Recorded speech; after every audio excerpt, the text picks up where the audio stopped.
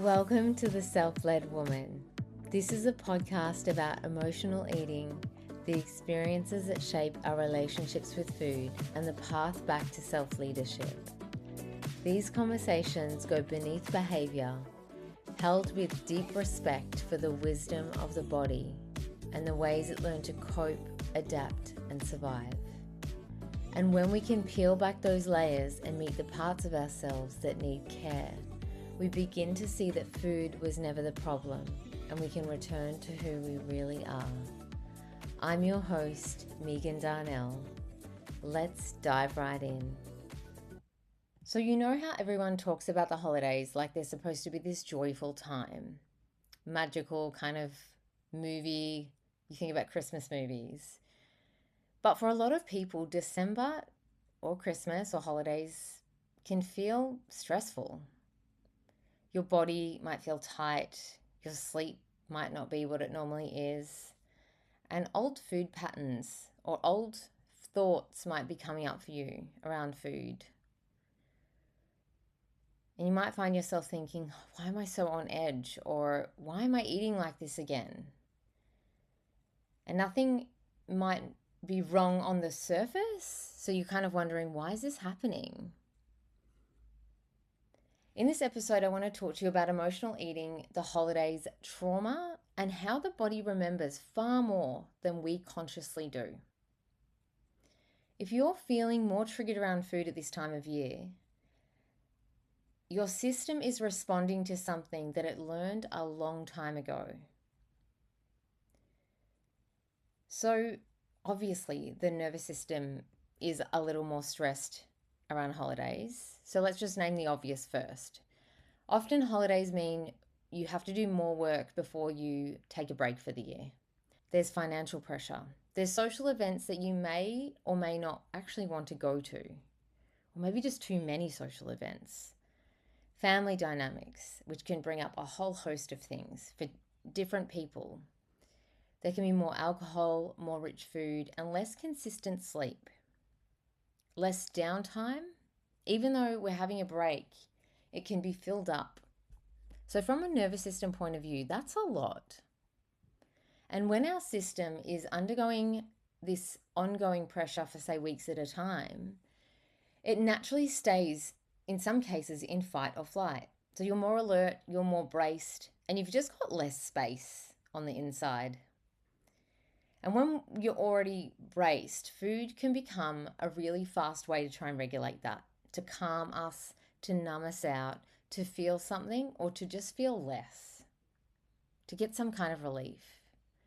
So already, before we bring trauma into this, the holidays are like the perfect storm. More stress, more food, more alcohol, more expectations. And often we can feel less supported too, because we're just so stretched. Now let's add a deeper layer. So one of the things we know from trauma research is that the body and nervous system can remember our anniversaries and sensory cues. So even when your conscious mind doesn't, there might be sights or sounds or even dates or seasons or smells that can trigger the same physiological response in us that your body might have had during an experience that might have been really stressful or traumatic or overwhelming, without you consciously linking the two. Like, for example, you might find you feel angry or agitated around a certain date or time of year. You might not even be aware of it. Or you walk into, say, a family gathering and straight away you feel this tightness in your chest or your throat. And you have no idea why, because it seems like everyone's being nice on the surface. If you dive into, say, Peter Levine's work on trauma, there's examples that they have or stories of people that would repeat specific behaviors on particular dates or in very particular situations because their body and brain were replaying an unresolved experience and trying to process it. And we also know from research that implicit memory, so the emotional and bodily memory of an event, can be stored in our bodies without a clear narrative. Your system remembers how it felt. even if you can't recall a neat story. And often that's what trauma is. It's like, if, and I mean, this can be a big event, but it doesn't necessarily have to be. And trauma can be, you might think of it as a small event now when you look back, but it wasn't for your system because it was overwhelming. But your system will remember this in fragments. So you might remember just smells, or maybe the weather, how that felt that day. Like it might feel like hot weather, for example, for us in Australia around Christmas time, that's the case. But as a child, the holidays might have meant, and whether you were aware of this or not, your parents might have been stressed about money. There might have been more drinking going on. There might have been explosions or arguments or silent treatment or feelings of walking on eggshells. Either that was something you observed or maybe you even experienced it. Maybe even people making comments about your body or what you were eating. Like I hear horror stories of people going home and their auntie says, "Oh, gee, you've stacked on the weight." It's like, "Oh, thanks. Like I didn't know." Or feeling really alone in a house full of people, because that can be someone's experience as well. And these might not be things that you actually clocked or even aware of, particularly when you were younger, but they were happening. And our bodies are so intelligent, like exceptionally, but they clock these things. So it's not conscious sometimes in our minds, but our nervous system learns, okay, Christmas isn't safe, or or it's not predictable. December's not predictable. Or like if I eat a certain amount, I'm going to be criticized or questioned for what I'm eating. Or that big feelings aren't welcome. You might not think these things or even be aware, but your body will still respond to those cues, whether it's dates, Christmas, music, certain people's voices. So if you're more anxious or even just like you want to numb out or shut down or just use food in ways that might feel a bit confusing, like you're like, I didn't want to be doing this, but here I am. That's your body remembering, and it's not a failure on your part. I want you to know that. And this isn't about your story in isolation. We also have good evidence of trauma that it's passed on through generations. Like this isn't just through behavior, but also through epigenetics. And there's plenty of evidence for this. But in very simple terms, overwhelming experiences or intense experiences can actually influence how our genes are expressed. And that can shape our stress responses in later generations. If your parents or grandparents lived through really hard times, which most of ours did, like whether it's through war or even domestic violence, addiction, like alcoholism, poverty, chronic stress, their systems adapt so they can survive. But now that shows up in like how they show up as a parent, how they show up as your parents as a couple, how they handled holidays, how they handle financial stress, food, behaviors with food, alcohol, criticism, control, or how safe it was for you to express yourself or for family at all to express themselves or their emotions or having needs or even how they eat. So you might feel like in December, you're holding everything together very tightly. So you're the one doing all the stuff, like high functioning. You might be organizing Christmas Day or the food or trying to keep the peace between people or, I don't know, making sure everyone's okay. Maybe swallowing comments when you actually want to speak up and tell someone to not say that because it's hurtful or disrespectful, whatever it is. That can trigger when we're kind of swallowing our feelings or not expressing ourselves or just working when we have no capacity. You'll find yourself later with the chocolates or the leftovers or wine and then thinking later on, why did I do that? Like, why did I have a whole bottle of wine? Why did I eat all of those chocolates?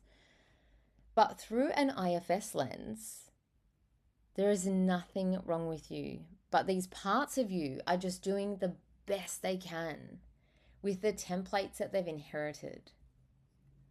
And this is where emotional eating comes in. It's a strategy, not a failure. So when the holidays are stressful or stirring up memories, even in your body, like I mentioned before, and then loaded with these expectations, whether it's within your family or within the people around you, or even just watching everybody else say that it's a joyful time of year, and seeing other people really happy with their families and spending all this time with them. And you might not know it, or maybe you do, but there's sometimes grief that can show up there because that isn't your experience. And that's okay. You don't have to pretend to be joyful or grateful if you don't want to. But food can be, in these times, this way to soothe us. It can also be a way to like rebel against all the pressure or perfectionism that might be showing up. And in IFS language, because we speak in parts, because there are all these different parts of ourselves, it could be like a good girl part. And I notice all of my clients have this part, that this template where they felt like they needed to be the good girl, and they're still playing that out by holding everything together and keeping everybody else comfortable. And that is exhausting. You can also show up as perfectionism, and that could be like trying to get all the food right and not ruin it. And that creates all this pressure in your system. Or even people pleasing, which very much ties into that good girl part. But the people pleasing part will say yes to things that you don't have capacity for. And then we have the comfort eating part that just comes in later, like, okay, she's done for the day and I'm going to get us through tonight. None of these parts are trying to sabotage you. They're trying to protect you based on what your system decided was necessary a very long time ago. So, what this can look like in real life is you tell yourself all day you're going to be good at the Christmas party. And then you come home and you eat everything in sight. You might say, I'm not going to drink too much. But then social anxiety hits your system, and suddenly drinking feels like the only way to get through the evening or the event. Or maybe you just had way too many social events on that week and it just got too much. So you use alcohol to kind of, I don't know, piggyback. If that's even a thing, like I'm just thinking about what I used to use it for. I don't drink anymore. But when I used to need to get through a week like that, I would say, well, I'll just drink because then I can get through the social event. And it would kind of, I guess, prop me up. That's probably a better way to explain it. That's how I felt anyway. Basically, you can have these days where it's held together and then you feel so exhausted and tired and on edge. Like, really, you'll feel this tension in your body. You might notice that there's like a real tightness in your neck or your shoulders. Like you're carrying all this stuff on your shoulders. And you end up with, a bottle of wine or a box of chocolates and you're like, fuck it. That's your rebel part coming in just to like put out the fire, I guess. And you might just think, oh, this is overeating or being overindulgent, but your system is literally trying to regulate a level of stress and emotional load. And it's been building over maybe days, weeks, or even years, and you don't know it. And when I used the good girl example earlier, that's what I'm talking about when it's been building for years. Because if you've been operating from that template since you were 6 and you're in your 30s, that's a lot on your system. So, what do you do with all of this? I'm not going to give you a list of holiday food rules. That is not my bag. You have enough rules and probably imposed rules that you place on yourself, and that's part of the problem. So, just to start with, maybe just name what this time of year has meant for you. You might even want to journal on it or just sit with it and reflect. And think like you might like to use this journal prompt. Like when I think about Christmas or the holidays as a child, my body remembers. And then just let come what needs to come up. And then another, like the atmosphere in my house around this time of the year was. So just naming this can be really powerful. You're giving language to something that your body has known for a really long time. And that's important. And if you notice anything come up when you do these journal prompts, what I want you to do, which I'll talk about later, and I talk about this with a lot of my clients, when you notice a part of you coming up, just sit and put a hand on your heart and use that hand to communicate to that part of you that's coming up. It might be sad, it might be angry, it might be stressed. Just use your hand to communicate. You're not alone. Like that part is not alone, because often they feel very alone, and that's why they feel like they're carrying all this tension, and it feels too much. And then noticing those parts, like there might be this urge for you to over control things, or to say yes when you mean no, or eat in a way that feels like it's not being most supportive to you. Hey, if you want to go eat a block of chocolate and that feels most supportive to you and you feel amazing during and after, and your energy feels great the next day and it's so supportive to you, hey, knock yourself out. But when this feels out of alignment, can you ask yourself when that comes up, which part of me is active right now? Or which part of me has been running the whole day? Like it could be the good girl or the peacekeeper, or maybe the rebel or the comfort eater. Just can you reflect on what part of you is that? And this is really helpful. This is in IFS, this is called parts language, and it's a really helpful tool to A, start to get you to separate from the part a little, and B, just it cuts a lot of shame out, because then you recognize that this isn't all of you. It's just a part of you, and it's just doing a job to try and make you comfortable or safe. But when we can recognize, oh, that's just a part of me, not all of me, we then can, it can be the circuit breaker in the part that comes in and shames you and says, I can't believe you did that. I can't believe you drank the bottle of wine. I can't believe you ate that whole block of chocolate. What is wrong with you? Or whatever it wants to say. You're like, okay, that's just a part of me that did that. How can I support that part? Can I imagine myself giving it a hug, or what is it that you need, or what is it that that part of you needs in the moment?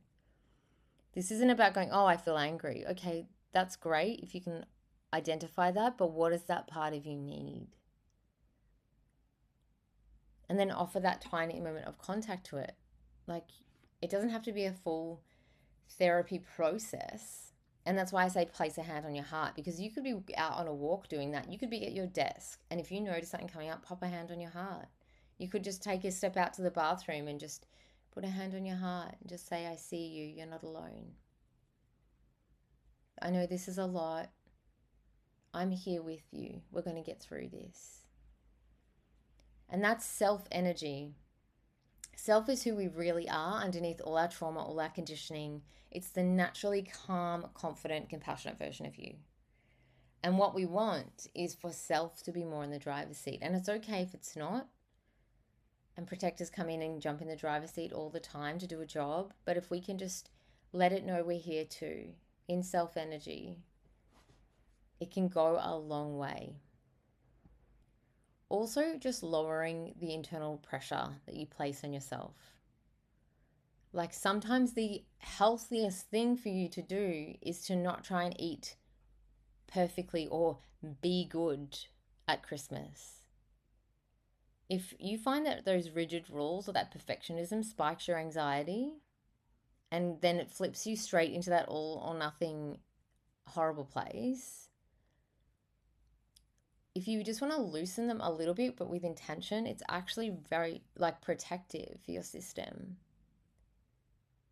And then get real support if you need it. If the holidays do send you spiraling, or it's, a really tough time with food or your mental health, it's a sign that your system is carrying too much.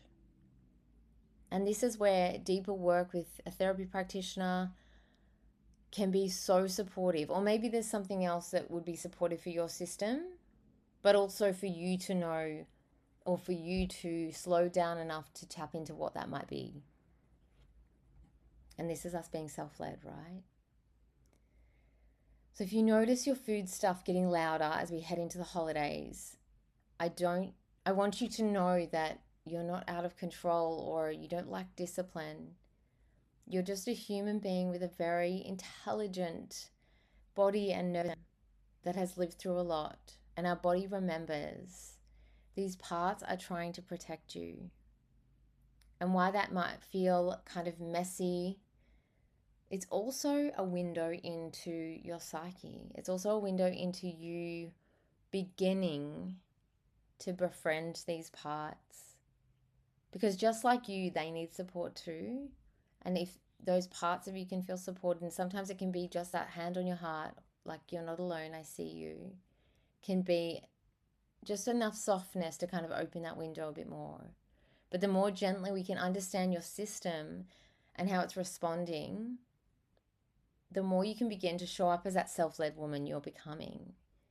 Even in the middle of chaos, supermarket car parks, or pavlova for breakfast. Being the self-led woman is not about you becoming someone new. It's about remembering who you really are underneath all of the conditioning, all of the trauma, all of the stories or the messages you've been fed that don't feel supportive anymore. No, this podcast is for education and reflection only. It is not a substitute for therapy or healthcare. If this episode brought things up for you and you need support, please reach out to a trained therapy practitioner or health professional in your area. Thank you so much for listening. If this episode resonated, please follow or subscribe to the podcast, leave a review, or share it with someone who might benefit from hearing it. You can also connect with me on Instagram at Megan Darnell Therapy. If you share the episode or want to let me know what landed for you, you're always welcome to message or tag me. I love hearing from you guys. Until next time, I'm Megan Darnell, and this is The Self-Led Woman.